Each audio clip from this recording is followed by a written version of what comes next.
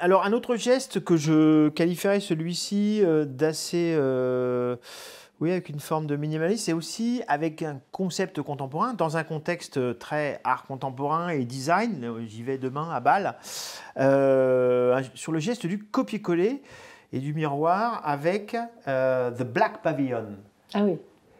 Ça, c'est encore une fois particulier. C'est un galeriste, Philippe Gravier, qui faisait à l'époque au moment de la FIAC, qui faisait des installations avec des architectes ou des artistes sur la place de la Concorde, et qui m'a approché, qui m'a demandé de faire une proposition.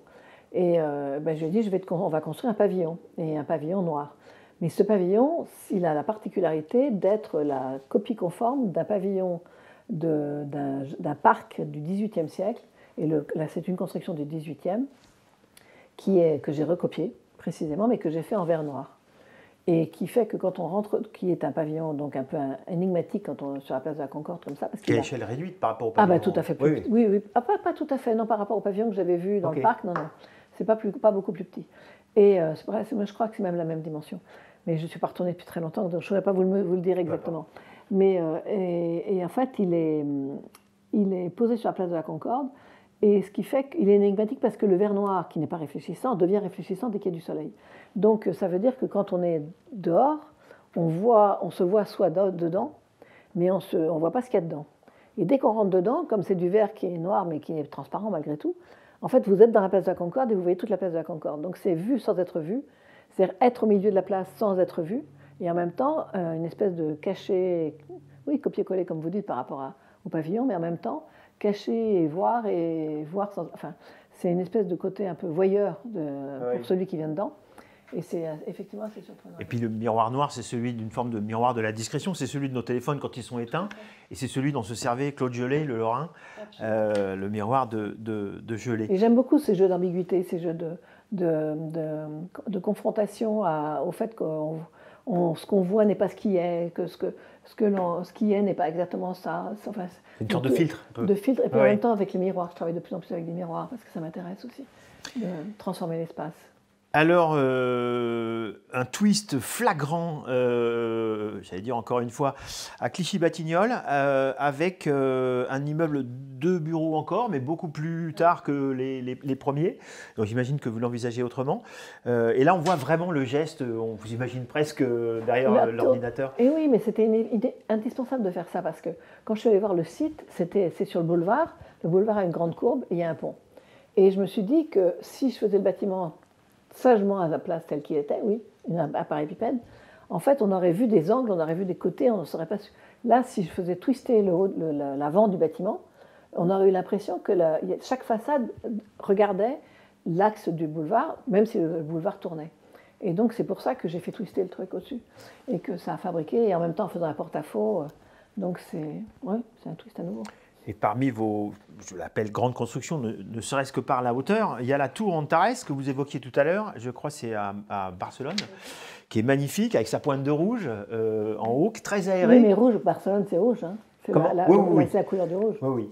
Avec un côté très aéré et aussi très en hauteur. Et ça, je voulais entendre dire aussi sur le fait que sans doute la solution dans le futur était peut-être dans la verticalité. Plutôt que l'artificialisation des sols. Bien sûr, non, par rapport aux villes, vous voulez dire. C'est de densifier les villes par la verticalité, bien sûr. Mais à condition qu'on fasse dans des verticalités qui ne soient pas juste des colonnes d'ascenseur dans lesquelles on ne se rencontre pas et on ne se parle pas, et arriver dans son appartement. Et qu'on ait le droit à Paris.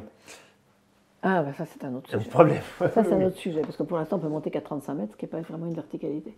Mais non, en fait, la question de la danse, oui, parce qu'il faut arrêter l'artificialisation des sols, il faut arrêter la paupérisation des gens qu'on repousse le plus loin possible de la périphérie des villes, en trouvant des terrains parce qu'ils peuvent acheter leur petite maison là-bas, et que cette maison elle est à distance de tous les transports en commun, qu'ils sont obligés d'avoir 2 voitures parce qu'il faut emmener les enfants à l'école, il faut partir travailler. Finalement, on pousse les gens à aller à la périphérie des villes, dans des terrains qui coûtent sans doute pas cher, avec des maisons qui coûtent sans doute pas cher, mais on les appauvrit par le mode de vie qu'ils sont obligés d'avoir, ce qui est absurde. Et ça me fait penser, quand j'étais enfant, un instituteur nous avait demandé quelle est votre maison idéale. Et moi, comme j'habitais dans une petite maison, j'avais proposé une espèce de grand bâtiment. Finalement, c'était un peu la Cité radieuse de Marseille, mais on s'était foutu de ma gueule. Alors, pour terminer, avec un projet plus qu'une réalisation, mais qui nous emmène aussi à ces questions. Je pense à la Sentinelle, que je trouve très très belle, qui est un très très beau bâtiment avec sa part florale, végétale et son côté très organique. Je me suis demandé où est-il construit, et on en a parlé tout à l'heure, on m'avait dit peut-être ne le sera-t-il jamais. Je voulais qu'on évoque la question de la simulation en architecture. On s'est tous fait avoir en feuilletant, notamment Beaux-Arts, enfin c'est celui que je feuillette dans les pages architecture, où on est parfois déçu de se rendre compte que finalement ce bâtiment n'existe pas, alors qu'on s'est presque habitué à son existence virtuelle. C'est-à-dire qu'on nous demande d'être de plus en plus réaliste dans les images qu'on produit, dans les films que l'on fabrique pour les projets. Et plus c'est réaliste, plus le client croit qu'il s'y voit, alors qu'en fait, il faut après ça faire l'expérience de l'espace qui est autre chose. Oui. Mais ça a progressé depuis le début des années 90 où on a commencé à faire les images. Et maintenant, c'est vrai que c'est de plus en plus vrai. Enfin, de plus en plus proche de la réalité. Oui, proche de la réalité. Pas plus vrai, mais finalement, on s'y habitue. Et avec les images d'IA, on en est maintenant à chercher le jeu des 7 erreurs. Absolument. On en arrive au terme. Alors je vous avais dit qu'il y avait une question secrète pour faire mon hardisson. Je vous ai, comme je le disais tout à l'heure, revu dans un entretien avec Thierry Ardisson, que je trouve super sympa, super drôle. Si vous aviez aujourd'hui, vous l'avez déjà fait, hein, un conseil, un avis, un point de vue, peut-être à la jeune architecte qui vous regarde, qui se dit mais comment je vais aborder la question de l'architecture. Vous dites la jeune architecte ou le jeune architecte? Oh, je pense à là, comme si vous parliez à vous-même, mais vous pouvez parler à il, elle, qui vous voulez. Mais quel message vous auriez envie de passer maintenant? Peut-être même quel conseil? Vous en donnez plein, certainement, je vous ai vu en donner en conférence, hein. Mais qu'est-ce que vous auriez envie de lui dire? Osez, prenez des risques et faites. Et pensez que l'avenir est à vous. C'est-à-dire qu'en fait, aujourd'hui, la génération qui arrive dans les écoles d'architecture, moi je les envie et je suis jalouse d'eux.